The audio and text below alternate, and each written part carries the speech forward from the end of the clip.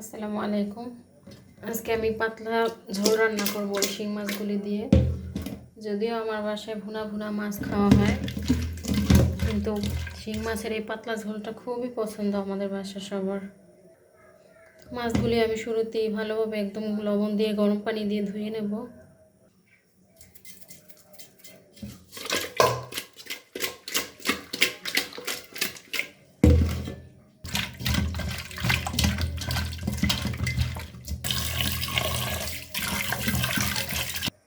মাছগুলো খুব সুন্দরভাবে পরিষ্কার করা হয়ে গেছে। এবার আমি রান্না বসাবো। চুলায় কড়াই বসিয়ে দিয়েছি, এর মধ্যে তেল দিয়ে দিলাম। তেলের মধ্যে আমি পেঁয়াজ কুচি দিয়ে দিলাম। যদিও আমি এর মধ্যে পেঁয়াজ বাটা ইউজ করব, তো অল্প কিছু পেঁয়াজ দিয়ে দিলাম। মাছটা এভাবে ভাজা ভাজা হয়ে গেলে আমি এর মধ্যে দিয়ে দেবো পেঁয়াজ বাটা, রসুন বাটা, আদা বাটা। মশলাটা যেন পুড়ে না যায়, যেন আমি এর মধ্যে পানি দিয়ে দেবো একটু।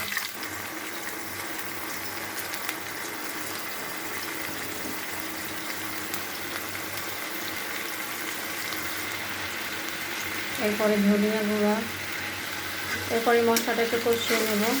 আপনারা আপনাদের পছন্দ অনুযায়ী মশলা দেবেন, যে যেরকম খেতে পছন্দ করেন।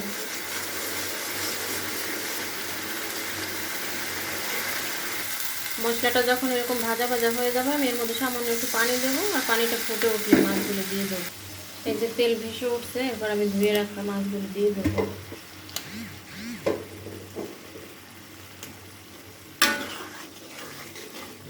মাছটাকে একটু কষিয়ে নিয়ে এর মধ্যে আমি আলু আর টমেটো দিয়ে দেবো।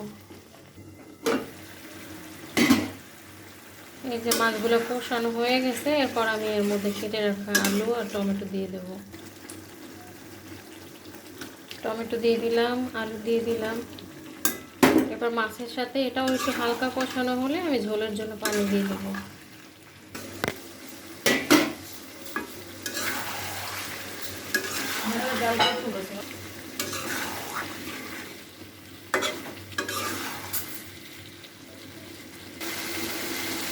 মাছ আর আলু কষানো হয়ে গেছে, এবার আমি ঝোলের জন্য পানি দেব। পানিটা একটু বেশি দিয়ে দিচ্ছে, যেহেতু আমি ঝোল রান্না করব তাই। আমার রান্নাটা প্রায় শেষ, এবার আমি ধনিয়া পাতা দিয়ে দেব।